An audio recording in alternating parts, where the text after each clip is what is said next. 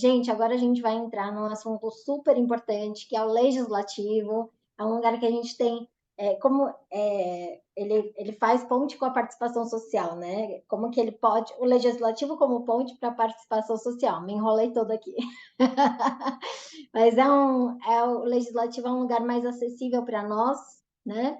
E a gente vai entender o como. Então, a gente vai trazer a palestra da Júlia, aí depois a gente traz a Jaqueline para trazer o case da PL 2687, e aí a gente abre para perguntas no final, tá bom? Júlia, obrigada por estar aqui, vou ler seu currículo. Então, a Júlia, ela possui 8 anos de experiência no campo de relações governamentais, políticas públicas na área da saúde, gerenciou projetos com empresas e sociedade civil para análise e estratégias de melhoria nas políticas públicas do sistema de saúde. Desde 2021, ocupa o cargo de Head de Políticas Públicas da Mevo, uma health tech com foco na prescrição digital. Muito legal. Formada em Relações Internacionais, com especialização em Relações Governamentais e mestrado em Andamento em Gestão e Políticas Públicas. Júlia, Muito o obrigada. palco é seu! Não, Bem-vinda!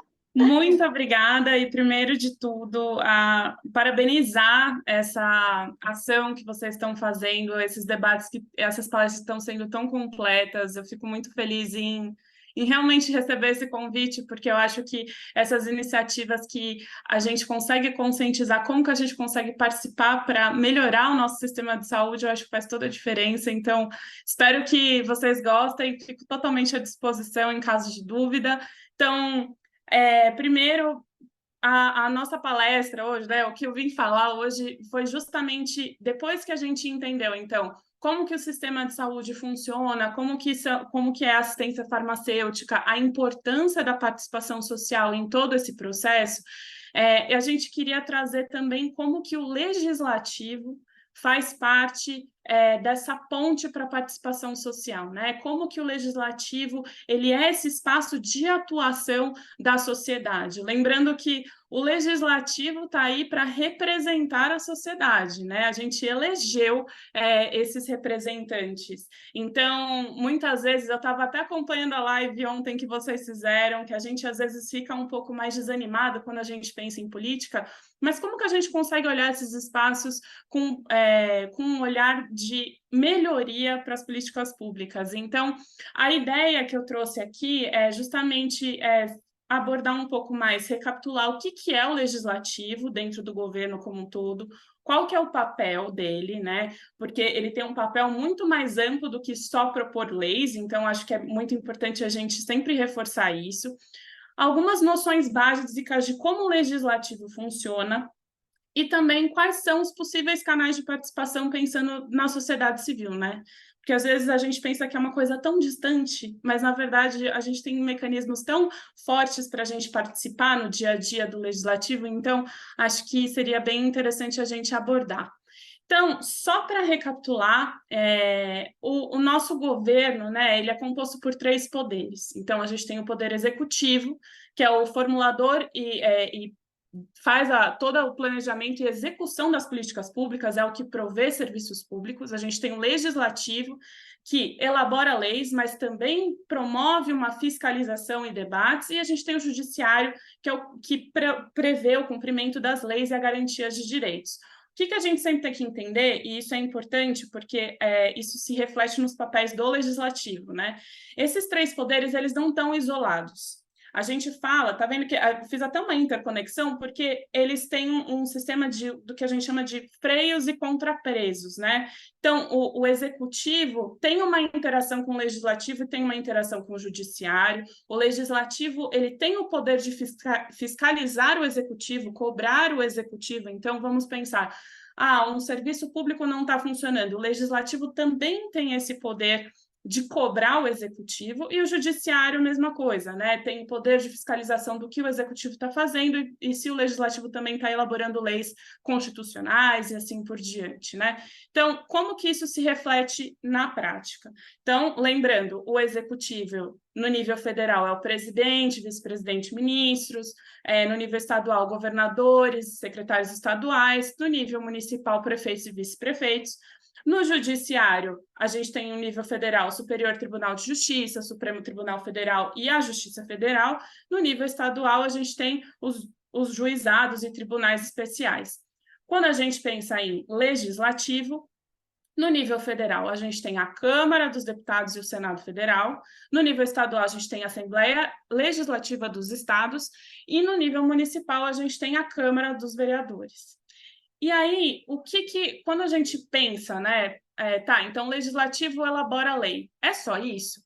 E quando a gente pensa do ponto de vista de advocacy e participação social, é muito mais do que isso.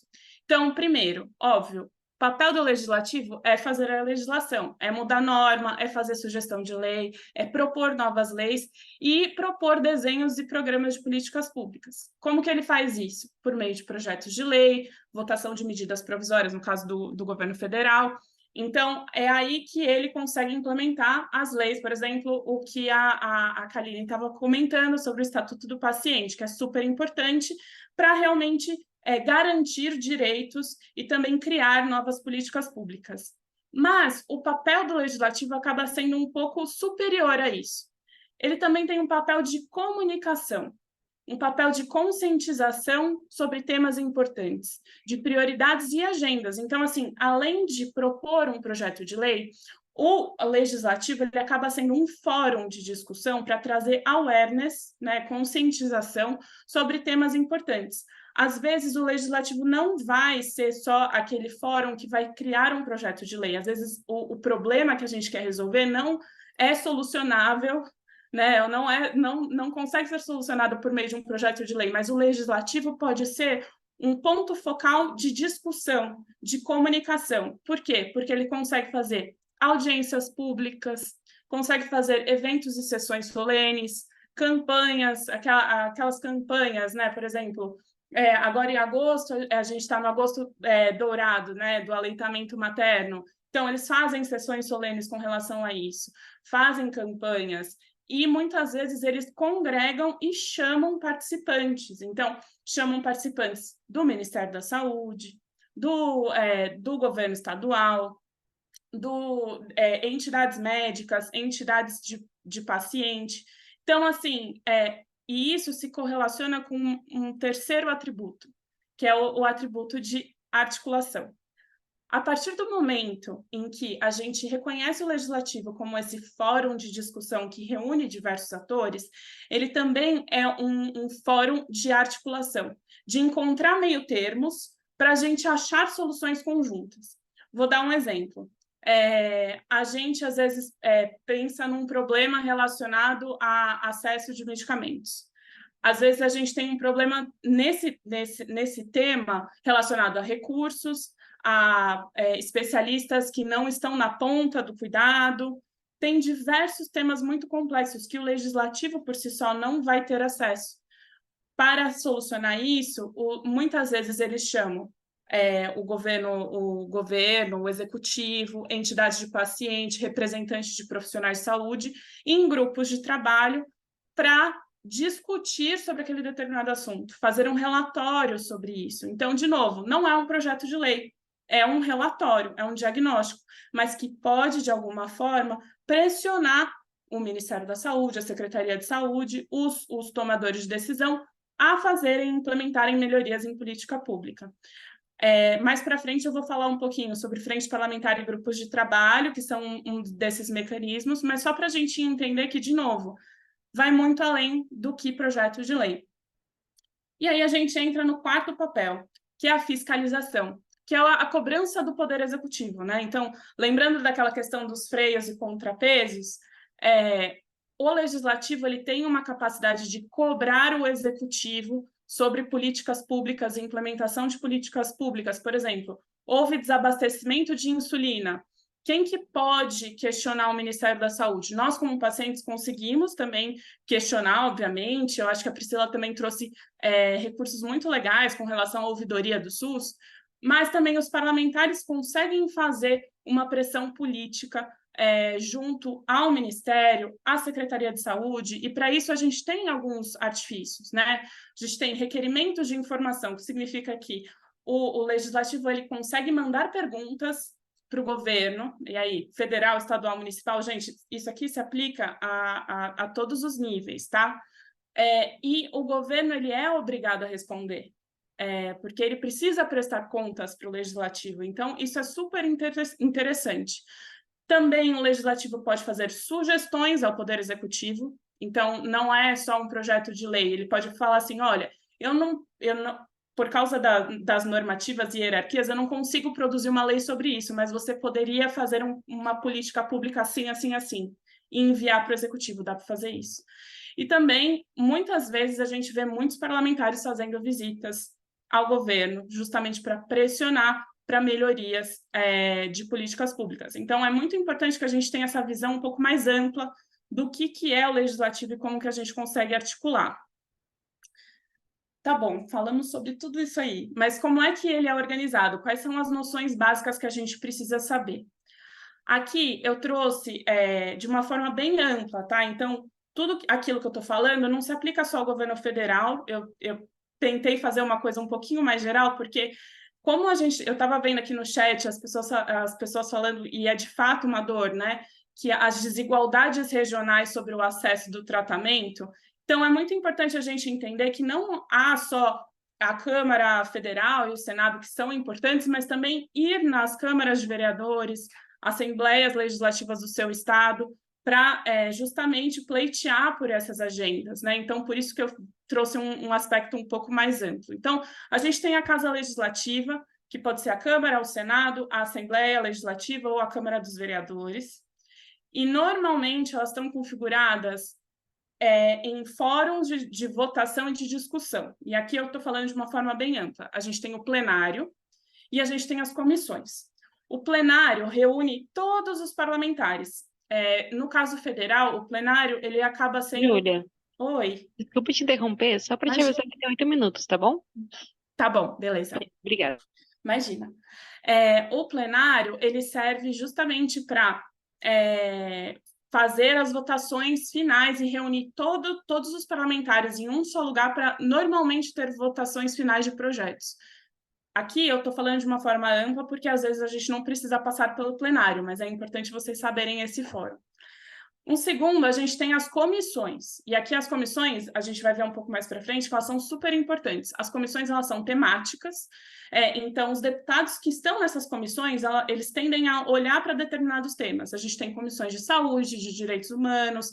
No âmbito federal, eu vou passar também, tem a Comissão de Defesa da Pessoa Idosa, por exemplo. Tem várias comissões que, de alguma forma, vão discutir projetos de lei endereçados a direitos do paciente e saúde.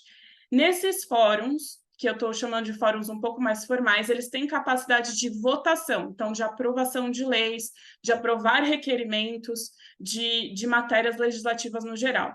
Mas, ao mesmo tempo, a gente tem outros fóruns de discussão que acontecem no legislativo também, que são as frentes parlamentares e grupos de trabalho.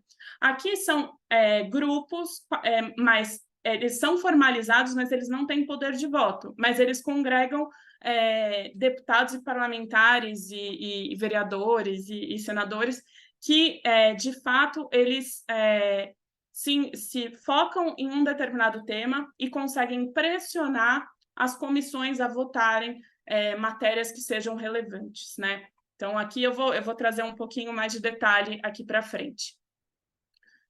Comissões. Então, como eu estava dizendo, as comissões elas são importantes porque, normalmente, todos os projetos de lei passam pelas comissões temáticas. Então, elas são compostas por parlamentares, e aí, aqui eu vou falar mais do âmbito federal, mas isso se replica, como eu estava dizendo. Então, parlamentares, deputados titulares ou suplentes, ou senadores titulares ou suplentes, eles têm poder de deliberação e aprovação de projetos de lei e matérias legislativas, então são fóruns mesmo de votação, e eles também são capazes de congregar diversas audiências públicas, chamar eventos, justamente para ouvir todas as partes. Aqui eu trouxe alguns exemplos, e, aliás, eu deixei depois, no final, algumas fontes, porque eu acho interessante. Tem esse livro que se chama Poder e Saúde, que é do Colégio Brasileiro de Executivos em Saúde, que resume bem esse cenário, né, legislativo. Então, quando a gente olha para as comissões permanentes que tratam das matérias de saúde, na Câmara dos Deputados a gente tem a Comissão de Saúde, mas tem diversas outras comissões que podem tratar sobre temas de saúde, né? E aí, sob os mais diversos aspectos. No Senado, a mesma coisa, você tem a Comissão de Assuntos Sociais, de Direitos Humanos e etc.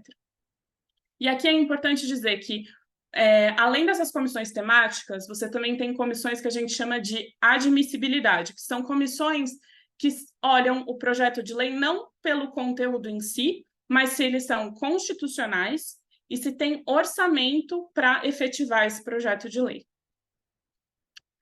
A gente passa para as frentes parlamentares, que aqui é o que eu estava dizendo, são frentes que reúnem diversos parlamentares, elas podem ser mistas. Então, hoje a gente tem a Frente Parlamentar Mista da Saúde, que congrega diversos deputados, diversos senadores, e todos eles em prol, né, desse tema de saúde.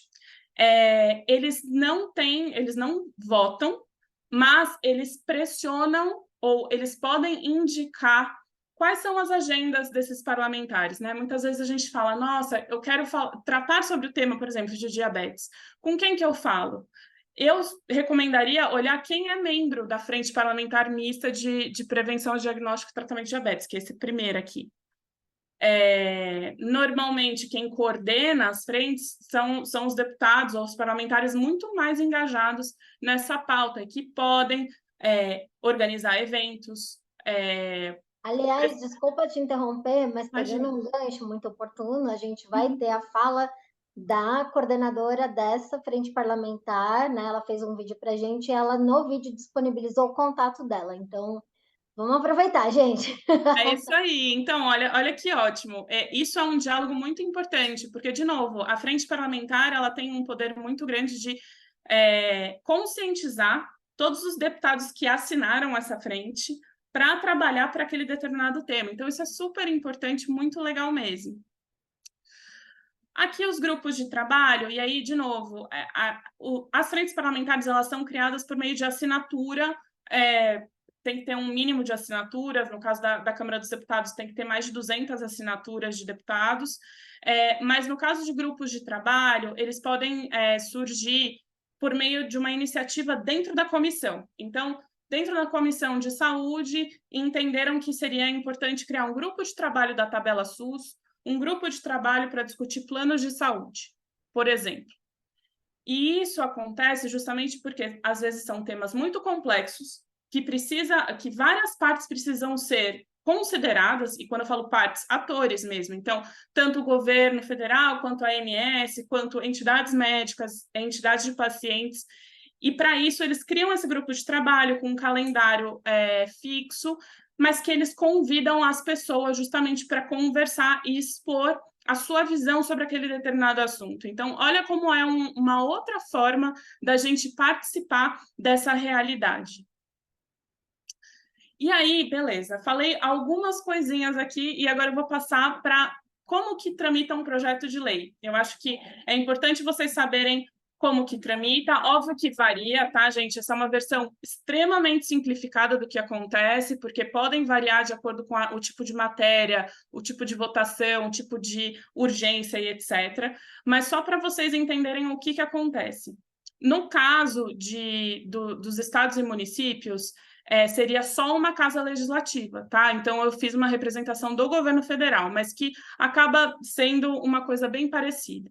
Então, primeiro, a matéria ela é apresentada pelo parlamentar, ou pode ter sido uma iniciativa popular, né? Mas só que aí precisam de várias assinaturas de várias pessoas para que esse projeto de lei seja apresentado. Passa pelas comissões, que eu mostrei anteriormente, então pode ser comissão de saúde, etc. Esse projeto de lei vai ser designado para algumas comissões específicas, e depois passa pelo plenário, e lá ele pode ser aprovado ou rejeitado. No governo federal, né, no âmbito federal, na verdade, para além da Câmara, você tem que passar pelo Senado, e se começou no Senado, tem que ir para a Câmara, porque a gente tem um sistema bicameral. Então, de novo, o projeto foi aprovado, vai para a segunda Casa Legislativa, passa por comissões, vai para o plenário. Aprovou, mas aprovou com alterações, tem que voltar para a primeira casa para ver se a primeira casa aprova as alterações que foram feitas. Não tiveram alterações, então vai direto para o executivo. E aí esse executivo pode ser presidência, governador ou prefeito. Aí, o que acontece? O executivo pode sancionar totalmente, ou ele pode vetar. E ele pode vetar totalmente a lei, ou ele veta alguns pedacinhos da lei. Esse veto, ele não é um fim por si só. Esse veto, ele vai ter que voltar para o legislativo, e o legislativo vai ter que decidir se esse veto fica ou não. Ou seja, olha o poder que o legislativo tem em editar a forma final de uma lei, né? Então, acho que isso é sempre importante de dizer. Falei também das audiências públicas, requerimentos de informação, e aqui eu queria mostrar para vocês como é um procedimento relativamente mais simples, não é que nem um projeto de lei, mas que é muito importante, porque muitas vezes a gente quer propor uma audiência pública. Putz, eu queria que a Comissão de Saúde falasse sobre a realidade do fornecimento de insumos de diabetes aqui no país. Você pode propor isso para um parlamentar. Então, basta que ele esteja numa comissão, ele elabora o requerimento, ele apresenta o requerimento na comissão e, ao ser aprovado, você tem alguns passos. E lembrando, você tem vários requerimentos, né? Então, você pode ter um requerimento de realização de fórum, de eventos dentro da Câmara. Você tem um requerimento de uma sessão solene, por exemplo, também, de novo, como um exemplo. E também uma realização de... Peraí, que eu coloquei um timer aqui. Eu sei que eu estou estourando o tempo e eu vou terminar. Com relação à audiência pública, também pode ser um requerimento, e aí eles conseguem aprovar, e aí, uma vez aprovado, se foi um requerimento de audiência pública, precisa de agendamento de data. Então, muitas comissões, às vezes, têm muitas audiências públicas aprovadas, mas precisa agendar, e isso demora um pouco de tempo. Se for um requerimento de informação, ou seja, o parlamentar pediu uma informação para o Ministério da Saúde. O Ministério da Saúde tem um prazo para a resposta desse requerimento. Falei um pouquinho, né, noções básicas de como que funciona, mas assim, no método prático, como que a gente pode participar? Eu sei que a gente vai ter uma conversa mais específica, mas eu queria trazer 4 canais de engajamento que eu acho que são bem relevantes quando a gente pensa em aproximação da sociedade com o legislativo.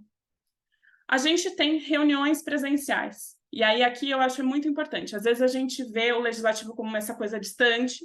De fato, Brasília é distante, mas tirando isso, você pode ligar para os gabinetes, você consegue agendar reuniões virtuais também. Você tem as assembleias legislativas e a Câmara de Vereadores, que são também importantes. E o mais importante, as casas legislativas, elas são abertas ao público. Então, não tenham receio de visitar a Câmara Municipal, a Assembleia Legislativa do seu estado, do seu município, e falar com os representantes. Os representantes estão lá realmente para escutar a população. E isso é muito legal. E ali você consegue pedir reuniões presenciais, justamente para discutir pautas bem definidas, mas eu acho isso sempre relevante porque a gente desmistifica. Às vezes a gente pensa, não, é uma autoridade, eu nunca vou conseguir falar com essa autoridade, quando na realidade não é isso, tá? Um segundo canal de engajamento, a audiência pública. Então, pedir para participar de audiência pública como uma entidade, você pode participar como uma entidade, ou você pode participar da audiência pública na transmissão.